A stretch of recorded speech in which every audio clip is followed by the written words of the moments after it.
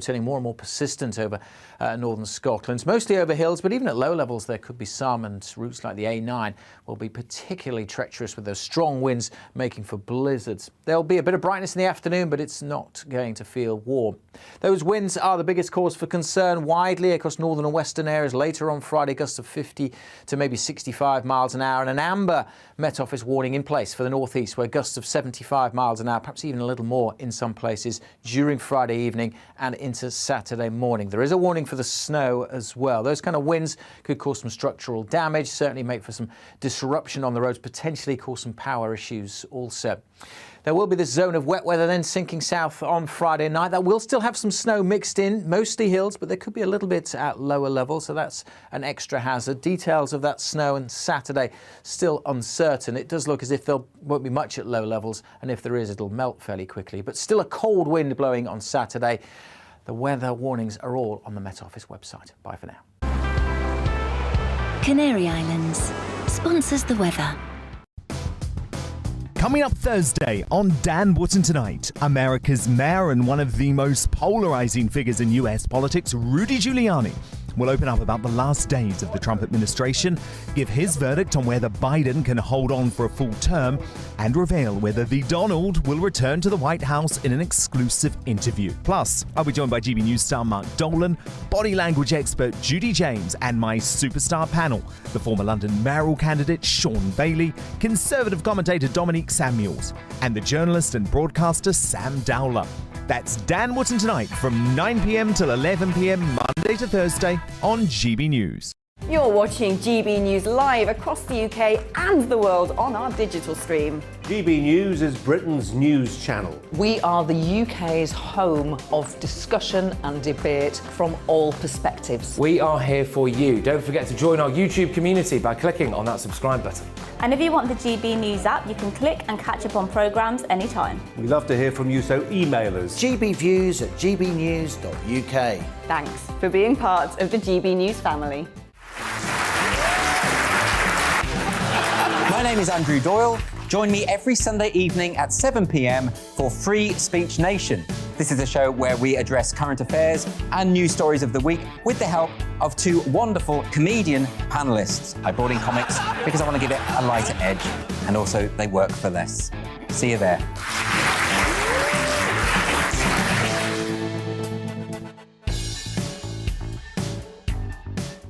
Join my show Farage, 7 p.m. till 8 p.m. Monday through Thursday, and there you will get opinion, analysis, debate, and I'll cover stories that nobody else dares to touch. And then for the last 15 minutes, talking pints. We're over a drink. We have a civilised conversation with someone.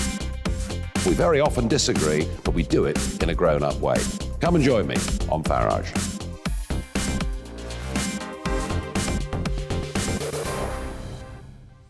I'm Colin Brazier. I've reported from more than 70 countries around the world, covered wars from Afghanistan to Iraq, from Lebanon to the Balkans. I'm trying to bring that experience, that feel for events, to the studio. And something else. I'm ready to give an opinion. Today's stories with a spark. Brazier from 8 p.m. weekdays on GB News.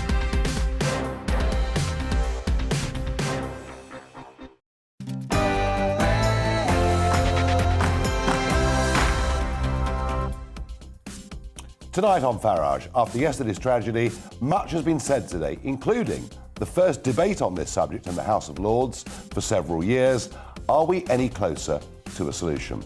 The NHS and the growing health crisis. You may now have to travel hundreds of miles to have a routine operation. Is that reasonable? Is that fair?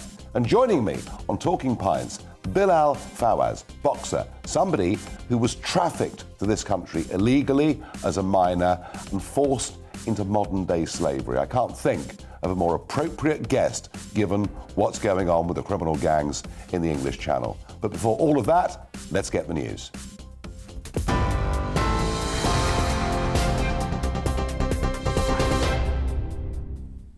Hello, I'm Karen Roberts. These are your latest headlines. GB News has been told a body has been recovered from a beach near Calais.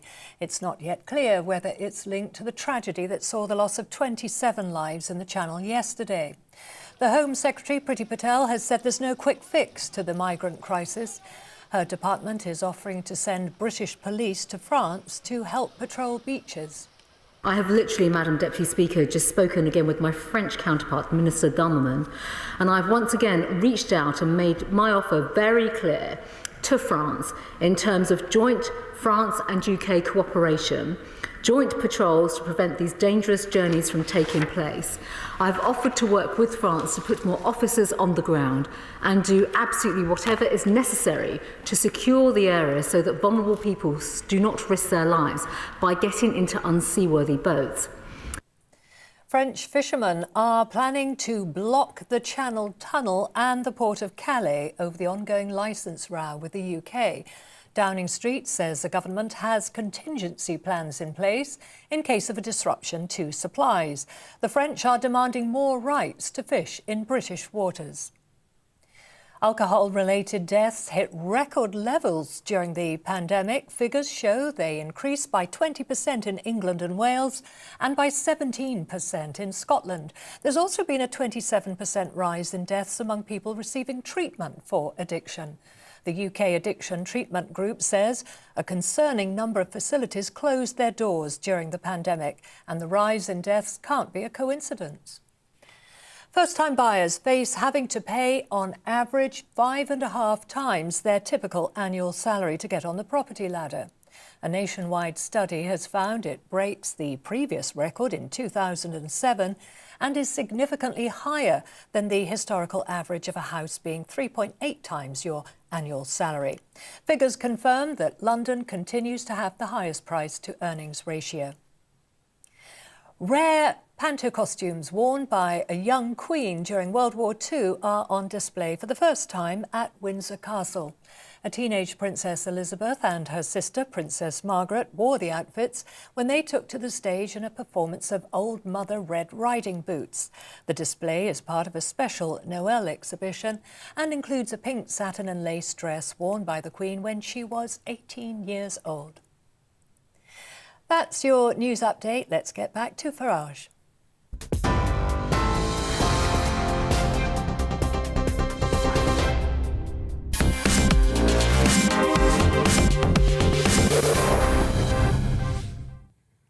Well, after the tragic news yesterday, do you think that deterred the traffickers from sending boats across the Channel today? No, not a bit of it. And indeed, the first migrant boat came in to Dover Harbour at 4:15 this morning. That was followed by another one, and then the weather deteriorated, and these are pictures from very early this morning in Dover Harbour. After that, the weather became too bad, and it's going to blow pretty hard for the next few days, but the next time it's calm, I would predict that nothing has changed.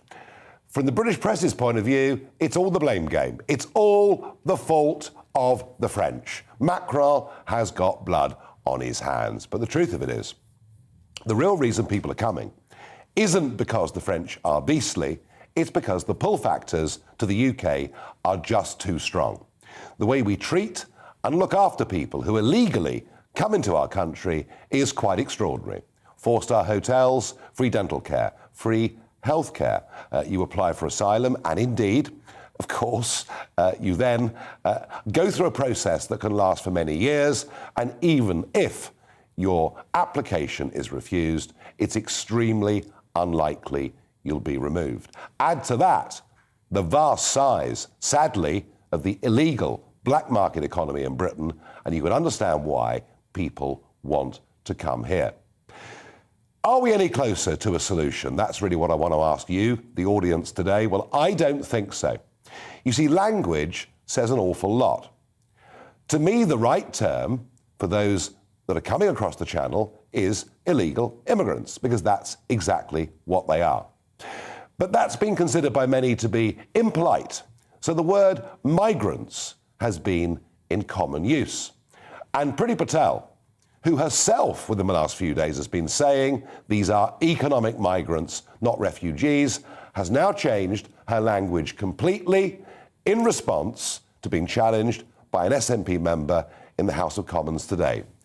And she says, my statement on yesterday's tragedy in the Channel, After that, I've reached out again to France to offer cooperation on joint patrols to put a stop to these lethal journeys.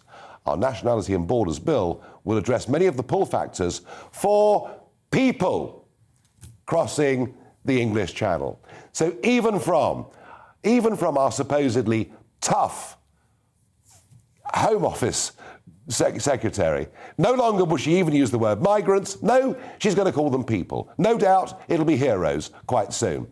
When you see a softening of language like that coming from Priti Patel, you know very little is going to happen, very little is going to change.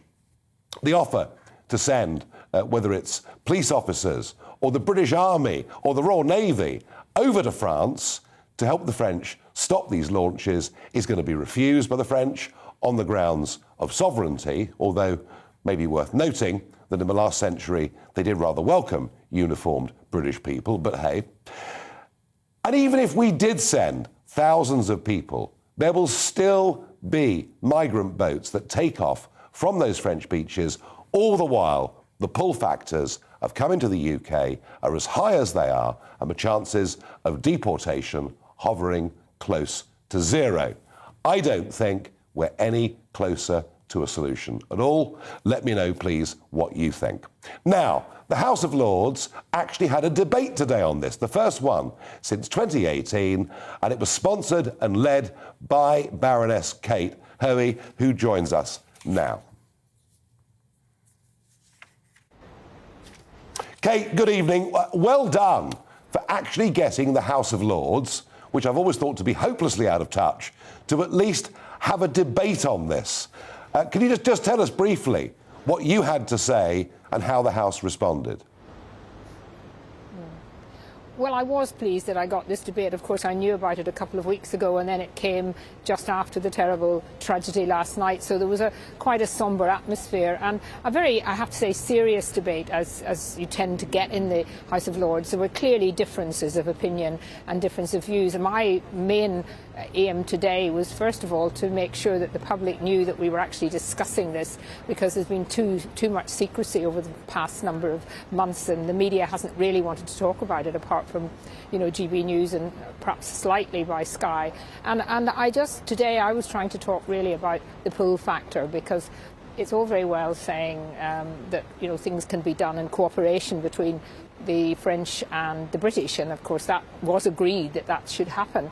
But unless we actually get away from the fact that people who are coming here have been told very much in detail by the people traffickers. They know what's happening.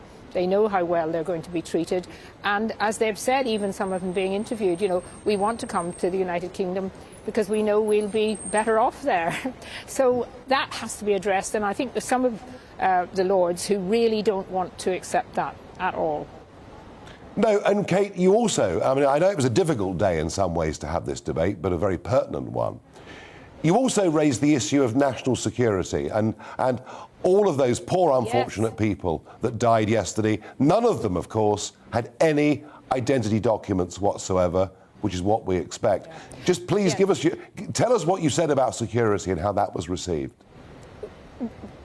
Yeah, well, what I said was that we know that most of the people either haven't got documents for one reason or other, or they're told to destroy them. So it's actually very difficult to work out who or where they've come from. And I raised the question that, you know, it was ridiculous. I used the example of Lithuania, where they discovered, actually looking at the people that had come in from Belarus, there were something like 24 who had direct links with ISIS. And I said, you know, on the scale of things then in this country, are we really saying that there's none of those people that are coming in illegally who might be here for other reasons and might have actually links with terrorist groups? I was then accused, of course, of accusing all illegal migrants of being terrorists, which of course was exactly the kind of thing that's, you know, some of, you know, trying to divert it. And I have to say that the minister, Baroness Williams, did respond quite seriously to a number of my points. I mean, they've clearly got the message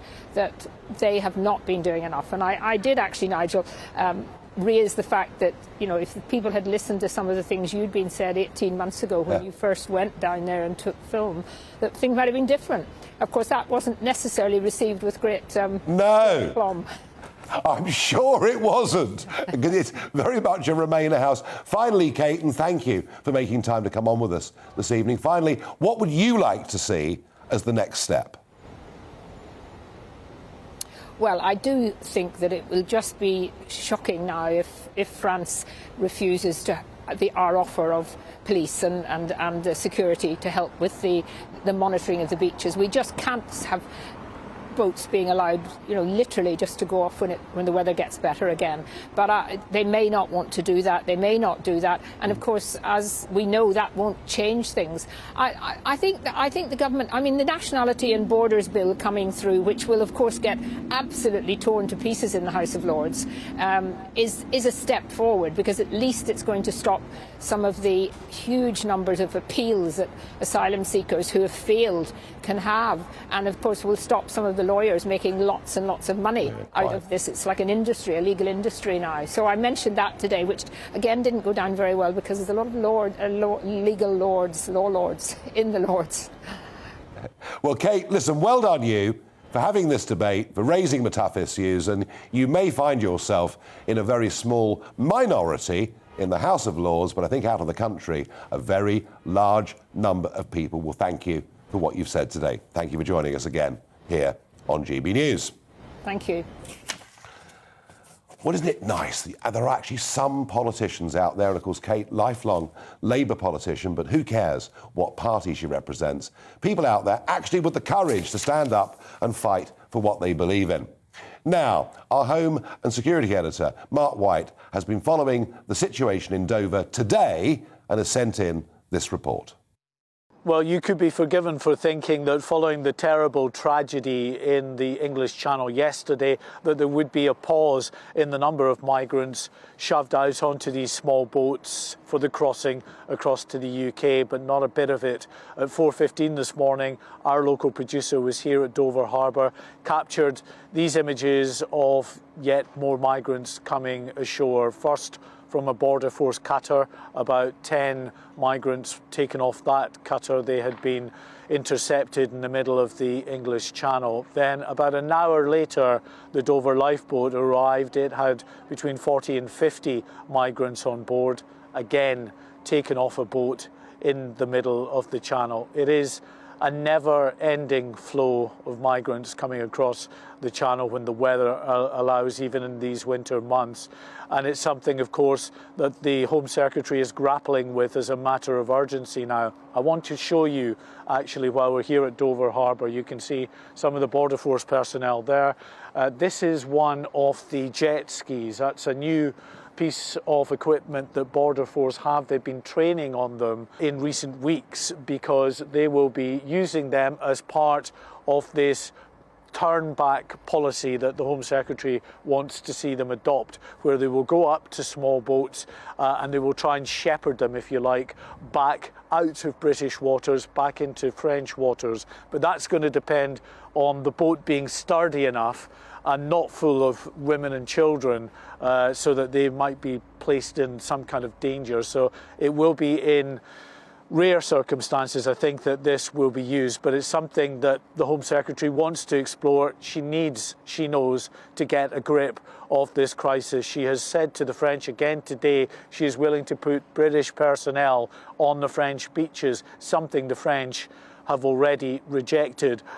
Now, we were learning a bit more about the boat as well at the centre of this tragedy. It's been described by the French as a flimsy inflatable. Well, we understand it was a Chinese-built boat. We're showing you some pictures now of a model, the same model of boat towed into Dover Harbour. You can see it's a long, skinny boat, grey in colour, but very flimsy. It is prone under direct sunlight to popping because the seams on this inflatable are so weak. It can't really take any weight. There were 30 people on board this vessel, and we think that those seams just ruptured and it began deflating, and of course those people were thrown into the water and drowned or died of hypothermia before the rescue services could get to them. Utterly tragic. 5 people have now been arrested in connection with yesterday's tragedy.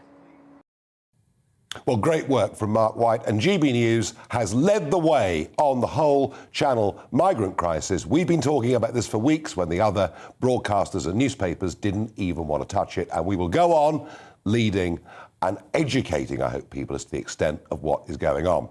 Now, an announcement that the National Health Service will ask patients to move around the country to have fairly routine operations provided. Is this a sign that the NHS is beginning to break down, or is it a perfectly reasonable and sensible allocation of resources to an NHS that is still recovering from the big job of dealing with the pandemic? And how far could people be asked to travel? I've spoken to a few people about this, and everyone seems to be rather confused. Well, perhaps to shed some light on this is Dr. Paul Scott, GP and local medical committee chair for Northern Staffordshire. Paul, good evening and welcome to GB News. Good evening, Nigel. So do we know yet just how far we might be asked to travel for example, an operation on an ingrown toenail? This hasn't cascaded down through the NHS yet. People do travel for some specialised services already. You know, I've got patients who go to Manchester, Liverpool, Birmingham. The occasional one goes to London for really specialised stuff, and that's just accepted. I think the issue here will be for what procedures. When I refer people now, I get a choice of the closest hospital, and one's a bit further away. And it's remarkable how many people want to stay local. And This is especially important when they're going to need to be followed up. Some things are one-off procedures and are really clearly probably one-off procedures. And people will travel and that's fine. There's a real problem when something unforeseen happens and they need proper follow-up and you lose that ownership and connection. And then, of course, there's a lot of things that do need regular follow-up afterwards. So I know behind this isn't just the procedures, there's an issue about the whole of outpatients and how secondary care are working. There's a hint that there's wanting a shift to cut those follow-ups. And as a GP, that gives me some concerns. I can see that. I can see that because it's very disjointed. I mean, look, I get the point. You know, if you're sending somebody for something very, very specialist, they'll understand the need to travel. But the indications that we've got, and they are only indications, is that people could get shifted around for fairly routine procedures. Paul, is all of this a sign that the NHS just can't cope and that the 5.8 million backlog of operations, that frankly, we're just not going to make a dent in this over the course of the next year or two? I think we've still got COVID, and COVID's taking up some capacity in secondary care. In general practice, I think with the NHS, we've always been incredible value for money. You can have a good service, you can have a speedy service, or you can have capacity. With the funding we've got and the staffing we've got, you can no longer have all three. So you could have a good service with enough volume, but it wouldn't be quick. And you could have a good but speedy service, but you wouldn't have the capacity. This absolutely applies in general practice. It's why we're getting pilloried for a thing that's outside our control. But it's also happening in the hospitals. and that's where you're getting the waits, and they're not meeting the ongoing capacity requirements, and we have got a big backlog from that year of COVID quietness. It's a massive. It's a massive backlog. And Paul, do you understand? And I know there are some people who have got very busy lives and travel to work, and going to see a GP to get, for example, the renewal of a prescription is a bit of a nonsense. So a very quick Zoom consultation makes sense. I understand that. But do you understand the growing public anger about the lack of face-to-face consultations from GPs? Well, I know even this week, in general practice across the country, we've gone back up to 2/3 face-to-face. Good. And the public will be getting that. To be honest, it doesn't, apart from not really wanting to see acute COVID patients to infect the rest of my waiting room, it makes very little difference whether I see people face-to-face or by telephone or by video. And I'm happy to do all of them. And for a significant number, the telephone or video works really well. They can get their follow-up sorted by their convenience, even from their own work. So I don't think it's going to go away, and it really ticks a lot of people's boxes. But the demand for face-to-face, that's fine. It's just the capacity, speed, and we're not Amazon Prime. We are not a conveyor belt. And if people want good quality, we're either going to have to do something about the capacity, or they're going to have to wait. Yeah, well, I think that actually, that final sentence sums up where we are, I think, with NHS provision in the country. Paul Scott, thank you very much indeed for joining us here on GB News. In a moment, we'll look across the pond. What is happening to Biden's poll ratings? Is Donald Trump now looking like favourite to win in 2024?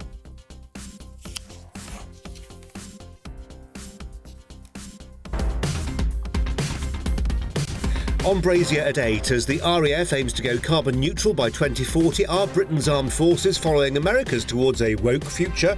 I'll speak to former Trump advisor Sebastian Gorka. Also, TikTok stands accused of allowing school kids to ruin the careers of teachers by making anonymous but unfounded complaints that go viral. I'll talk to the man dubbed Britain's strictest head teacher.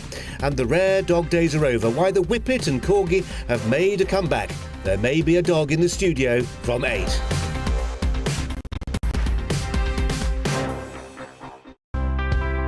It's time to remind ourselves there's always another winter. Canary Islands sponsors the weather.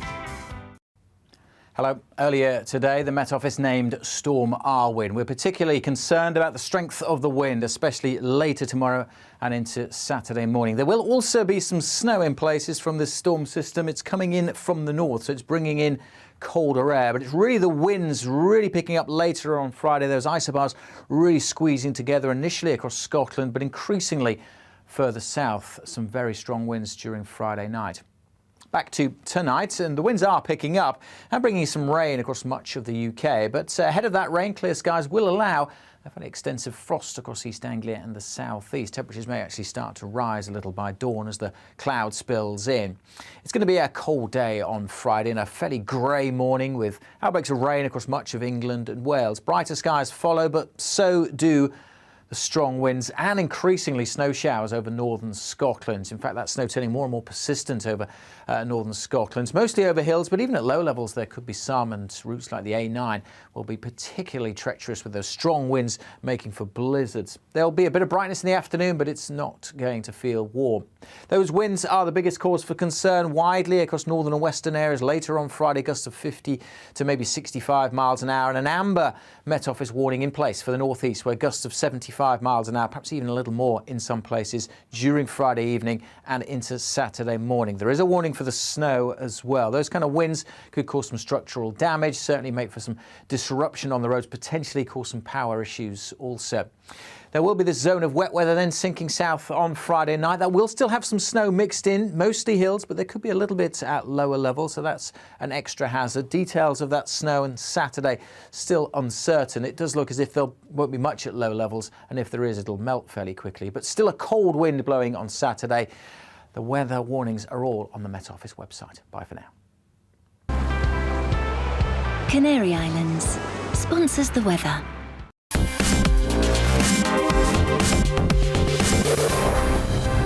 You're watching GB News live across the UK and the world on our digital stream. GB News is Britain's news channel. We are the UK's home of discussion and debate from all perspectives. We are here for you. Don't forget to join our YouTube community by clicking on that subscribe button. And if you want the GB News app, you can click and catch up on programmes anytime. We love to hear from you, so email us. gbviews@gbnews.uk. Thanks for being part of the GB News family. My name is Andrew Doyle. Join me every Sunday evening at 7 p.m. for Free Speech Nation. This is a show where we address current affairs and news stories of the week with the help of two wonderful comedian panellists. I brought in comics because I want to give it a lighter edge, and also they work for less. See you there.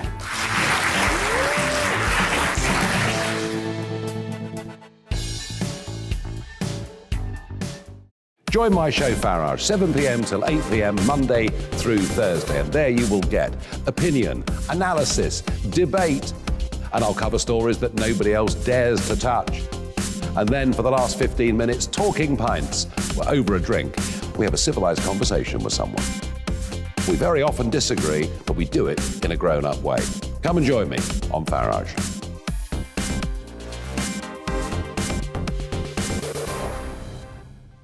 I'm Colin Brazier. I've reported from more than 70 countries around the world, covered wars from Afghanistan to Iraq, from Lebanon to the Balkans. I'm trying to bring that experience, that feel for events, to the studio. And something else. I'm ready to give an opinion. Today's stories with a spark. Brazier from 8 p.m. weekdays on GB News.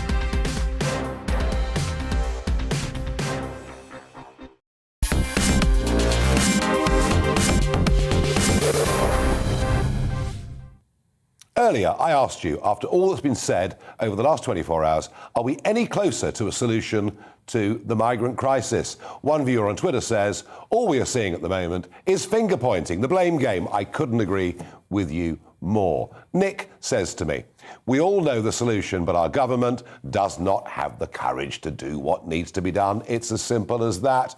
Wayne says, a change of government in France might help. Well, the trouble with that is, Wayne, the elections are still a good 6 months away. Sal says, it will never be sorted until someone with influence on either side of the channel says it as it is. And Scarlett says, it's easily stopped. If France agree that they're all immediately to be returned there, they won't make the dangerous journey. We're a long way from that. Let's stick with what the Farage moment. You'd have thought, after what happened in the Channel yesterday and the sensitivity of the negotiations that are going on between the British and the French, that the next story you would hope wouldn't be true, but it is.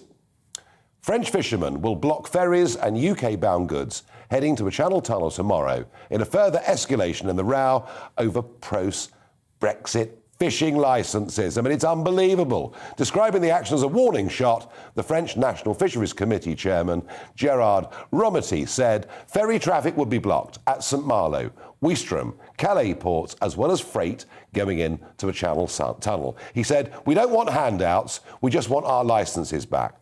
The UK must abide by the post-Brexit deal. Well, I have to say, in response to this, Boris Johnson's spokesman says, we are disappointed by threats of protest activity. There are 103 French vessels that are able to fish up to 6 miles from the UK's shoreline.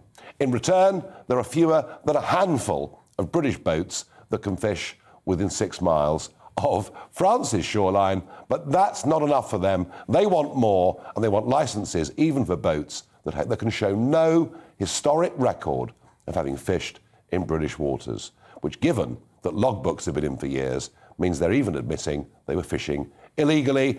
I've no idea how big the disruption is going to be at the Channel Tunnel or at Calais tomorrow, but I would urge the government not to give in, please. Another What the Farage story, quite extraordinary, this one.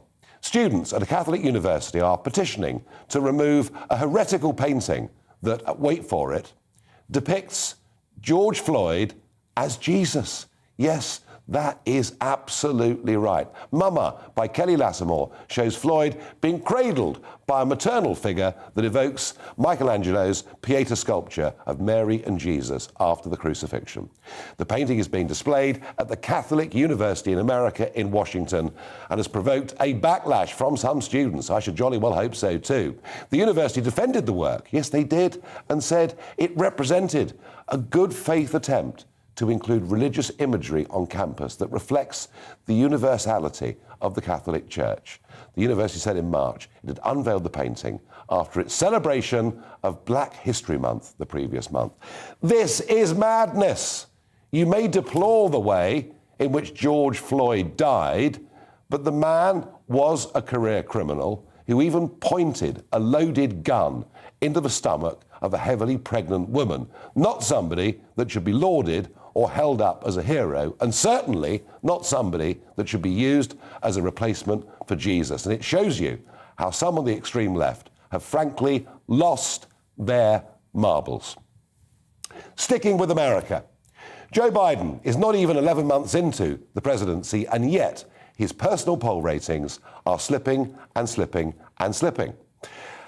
He's down to a 36% approval rating. More interestingly, his deputy, Kamala Harris, who's rarely seen by the American public, from what I can make out, her poll rating approval is down at 26%, which I understand to be the lowest of any vice president in modern times. And now another poll that has come out from one company suggests that in Arizona, Georgia, Michigan, Pennsylvania, and Wisconsin, and they're the 5 states that last year switched from having been Republican in 2016 to being Democrat in 2020, polling suggesting that in those 5 states that Trump would beat Biden, and interestingly, in some of those states would beat him by double-digit figures. So what is going on?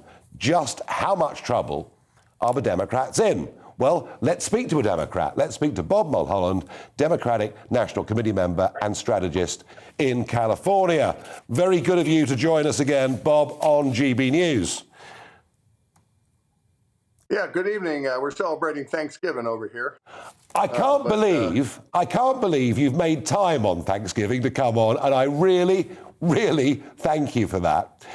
Bob, what we've seen, and I'll come to this specific poll in a moment, but across all the polling companies, we have seen, and I think really it was the Afghanistan withdrawal above all that began it. What we've seen are Biden's personal poll ratings slipping consistently with no sign of a bounce. I know you're a Democrat. I know you want your man to do well, but objectively, just how much trouble is he in? Well, the elections are a year away, and as any president in the White House knows, that as soon as you get in, the wear and tear, and you start losing. I mean, President Bush Jr. in 2002 was one of the only 4th president to gain House seats, and that was because of 9/11. President Clinton did it in 98 with all the trouble. So we expect this. We're going to lose a lot more. President Reagan in his 2nd term lost the U.S. Senate in 86, and he was very popular. The American voters are a lot like sports teams. You're with your team, and they lose a game, you want the coach or manager thrown out. So we got trouble. But it's a long way, and we, the Democrats, got to produce in the Congress and get that out of the way and start talking to the American people. Yeah, I mean, I get the point, Bob, about midterm blues, and that affects a lot of governments across the Western world. Of course it does. It's just that this is, we're not even a year in, was really the point that I was making. And and I know there are pressures. I know it's not easy. What about this particular poll? And it's been written up in Newsweek, suggesting that if it was Trump v. Biden, that Trump is now well ahead, double digits ahead in some of those states that were decided by tens of thousands of votes either way. Is Donald Trump storming back to popularity?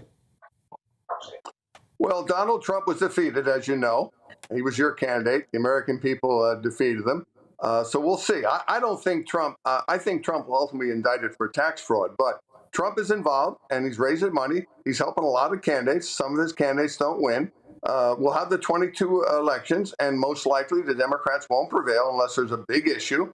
But 2024, then the American people will have to decide. And obviously both sides, Democrats and Republicans, will have primaries that go on and on and on. And then we'll see in the general election of 2024. OK, so in conclusion, Bob, you're not panicked by these polls? No, I served in Vietnam. I'm not panicked in politics.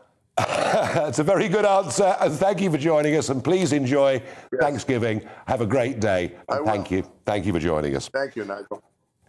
Well, you heard what Bob Mulholland said, but I'm making the point, he's not even a year into the presidency, His poll ratings are tanking. He's lower than Donald Trump was at any point in his presidency. And for the vice president to be much, much lower than that suggests to me something is going wrong. Now, after the break, I'm going to be joined by Bilal Fawaz, somebody who was trafficked as a minor to this country and put into effective slavery. I can't think of a more appropriate conversation given what the criminal gangs are doing across the English Channel right now.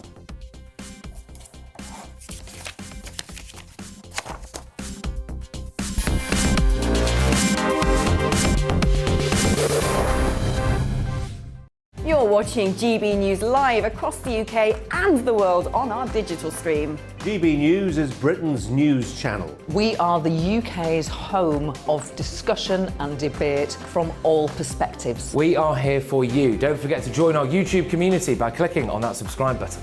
And if you want the GB News app, you can click and catch up on programmes anytime. We love to hear from you, so email us. gbviews@gbnews.uk. Thanks for being part of the GB News family.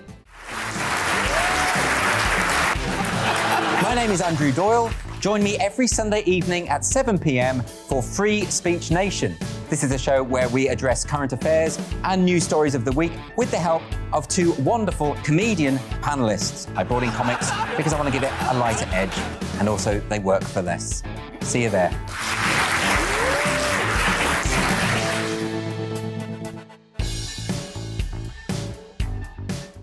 Join my show Farage, 7 p.m. till 8 p.m. Monday through Thursday. And there you will get opinion, analysis, debate, and I'll cover stories that nobody else dares to touch.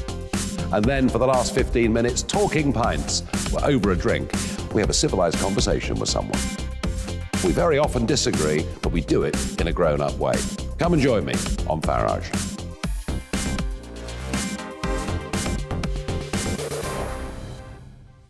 I'm Colin Brazier. I've reported from more than 70 countries around the world, covered wars from Afghanistan to Iraq, from Lebanon to the Balkans. I'm trying to bring that experience, that feel for events, to the studio. And something else. I'm ready to give an opinion. Today's stories with a spark. Brazier from 8 p.m. weekdays on GB News.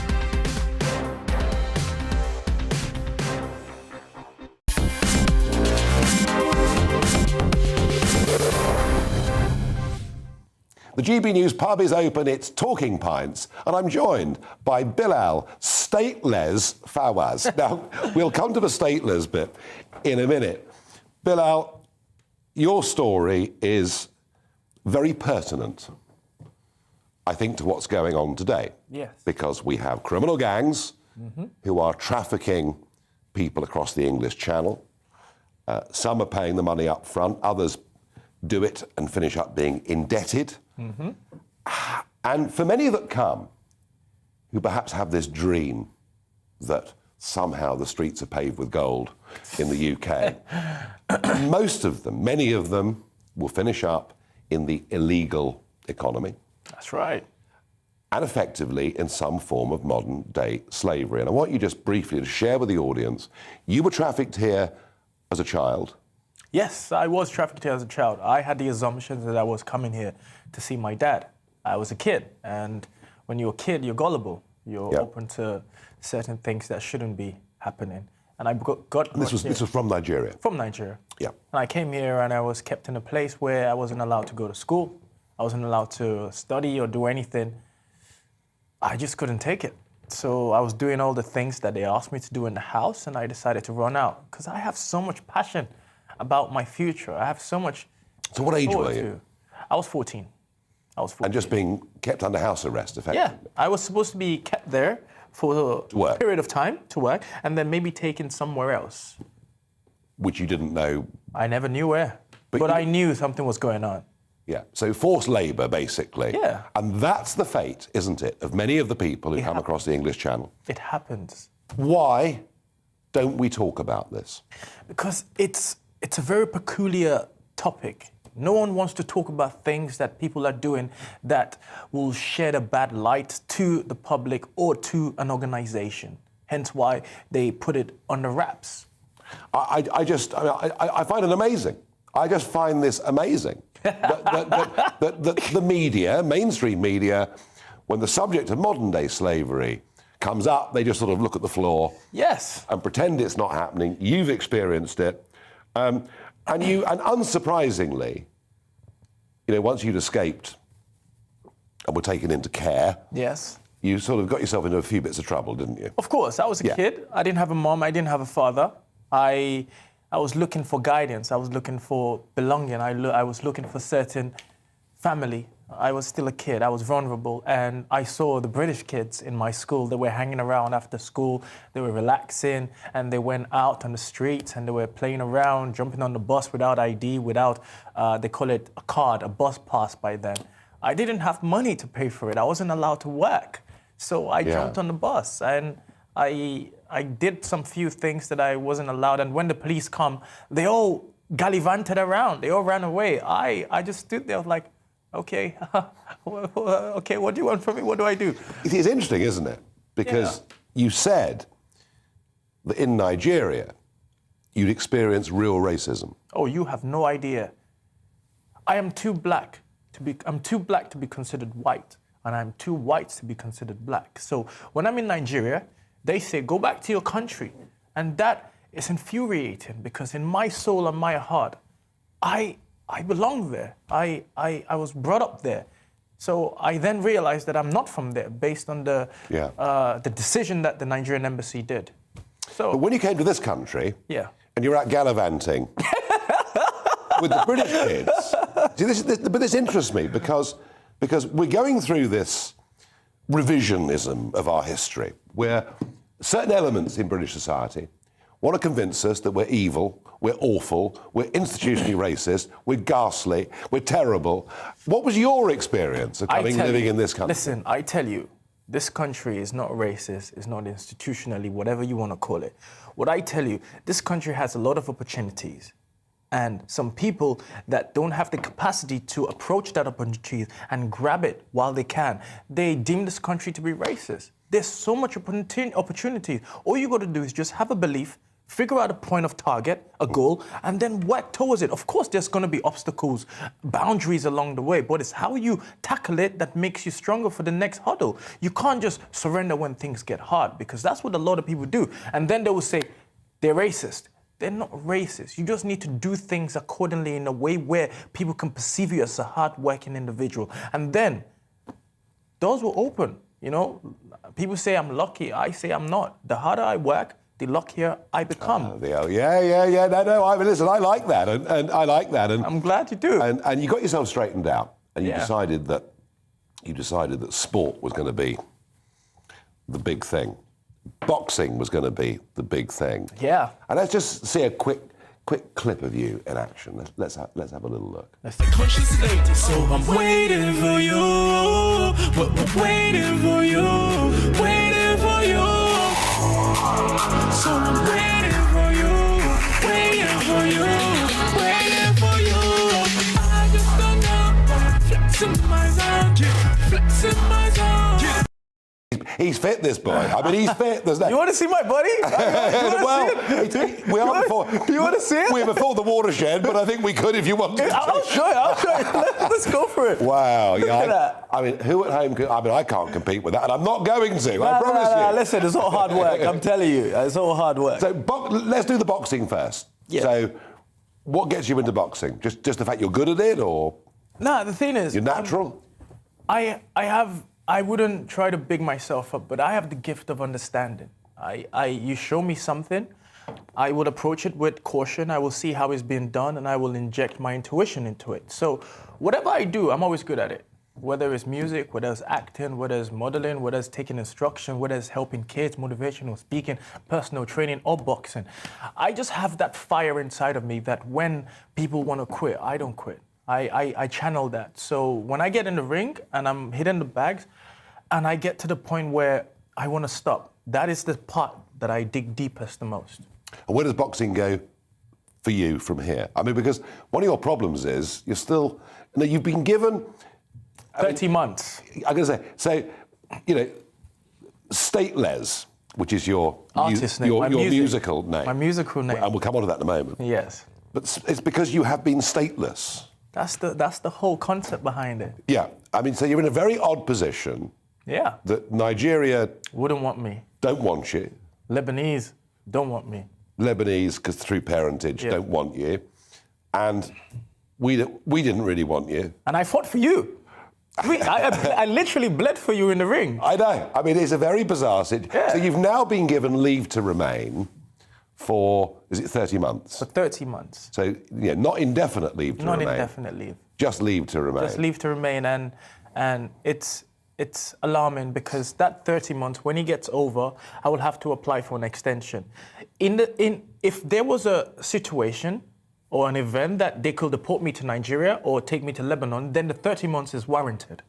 But if there's no way for them to deport me, why are they prolonging the inevitable? Because I want to buy a house. I want to build a family.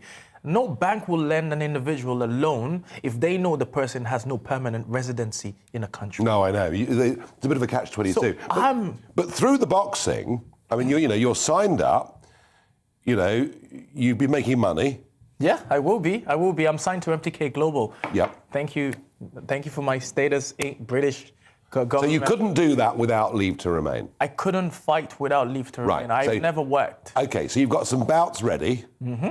You're going to make some real money. Oh, you have no idea. You're my next opponent. You better get ready. Okay. Nigel, I'm coming for you. Well, I tell you what. He's got even more self-confidence than I've got. But in boxing, I wouldn't take you on at all.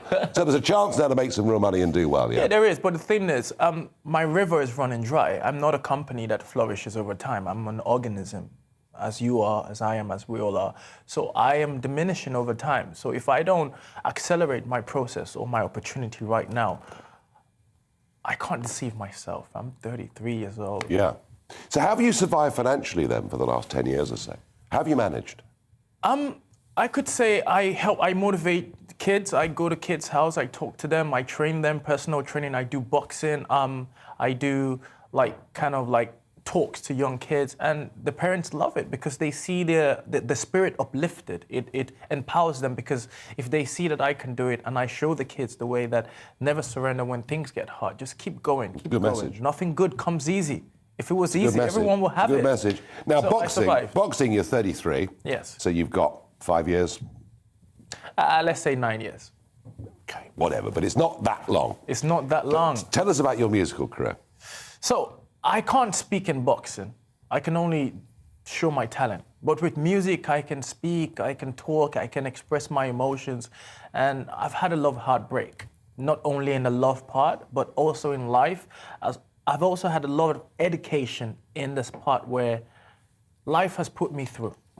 So I've been a person that has evaded all obstacles and come out victorious. You seem to have been through some pretty horrendous times. Yeah.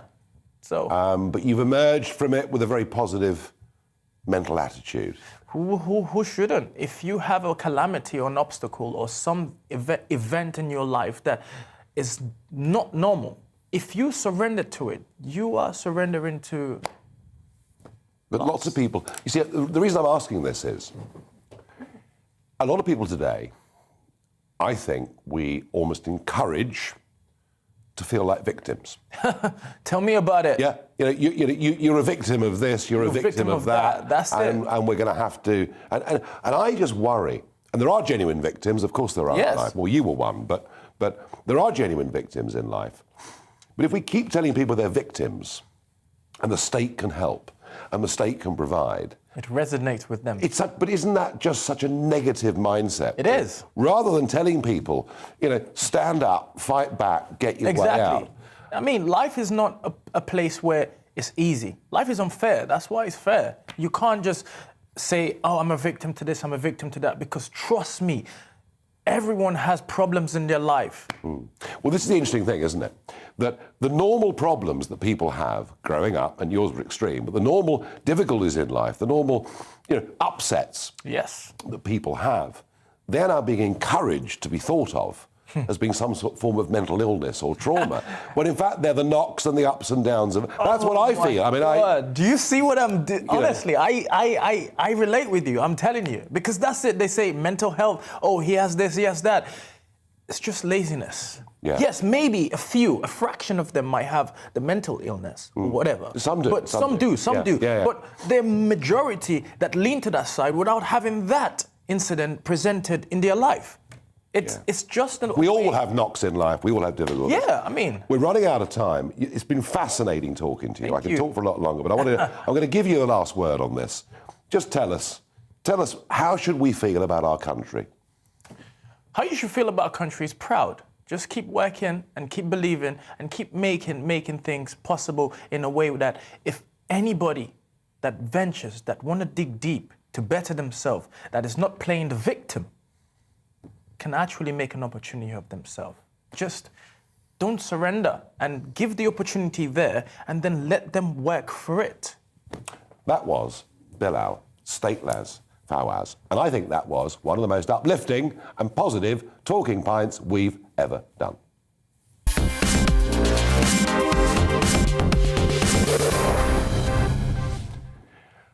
OK, we've got a few minutes left for Barrage the Farage, where you send your questions in, and I do not get any sight of them until right now.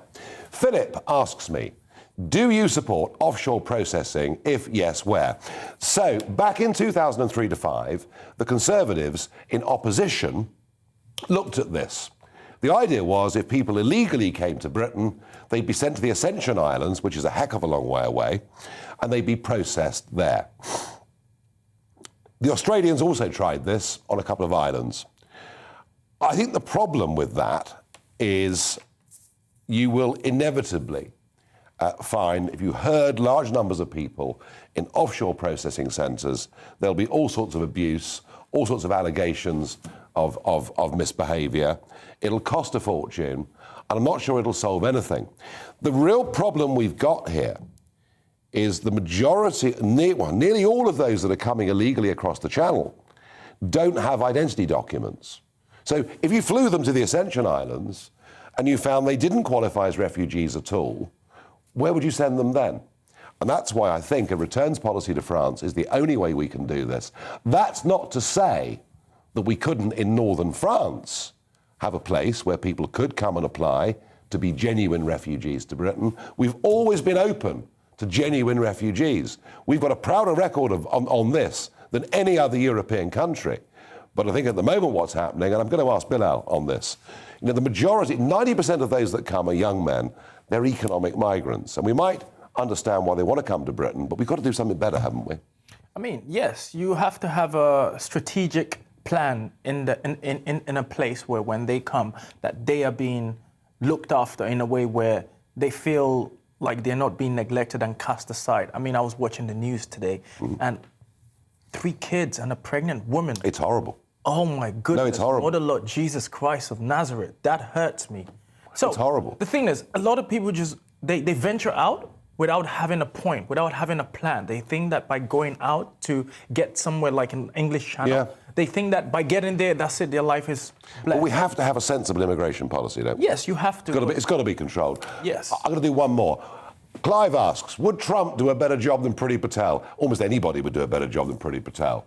I'm certain of that. Neil asks, I'll do one more.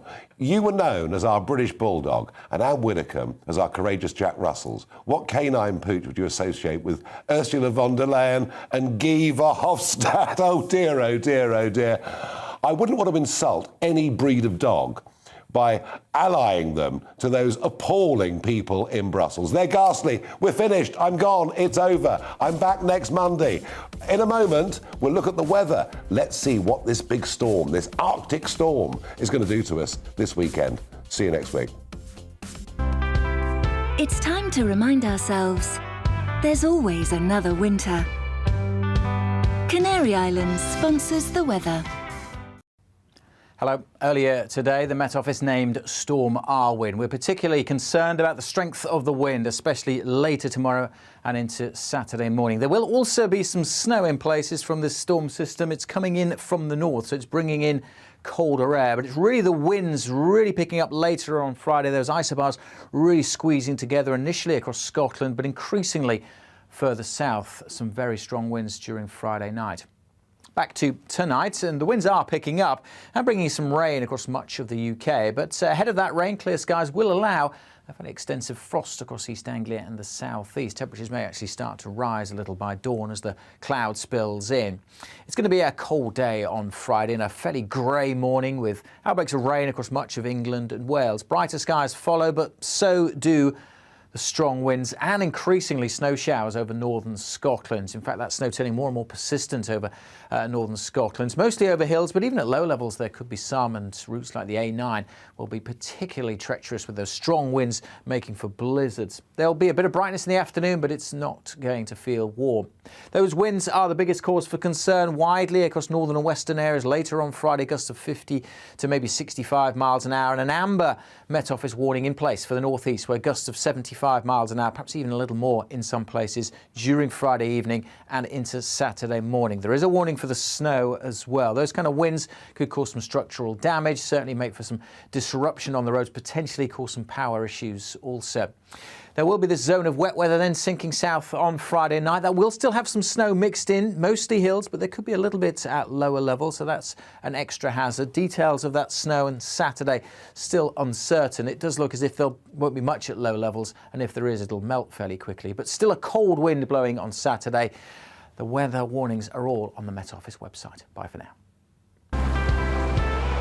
Canary Islands sponsors the weather. Coming up Thursday on Dan Wootton Tonight, America's mayor and one of the most polarizing figures in US politics, Rudy Giuliani, will open up about the last days of the Trump administration, give his verdict on whether Biden can hold on for a full term, and reveal whether the Donald will return to the White House in an exclusive interview. Plus, I'll be joined by GB News star Mark Dolan, body language expert Judy James, and my superstar panel, the former London mayoral candidate Sean Bailey, Conservative commentator Dominique Samuels, and the journalist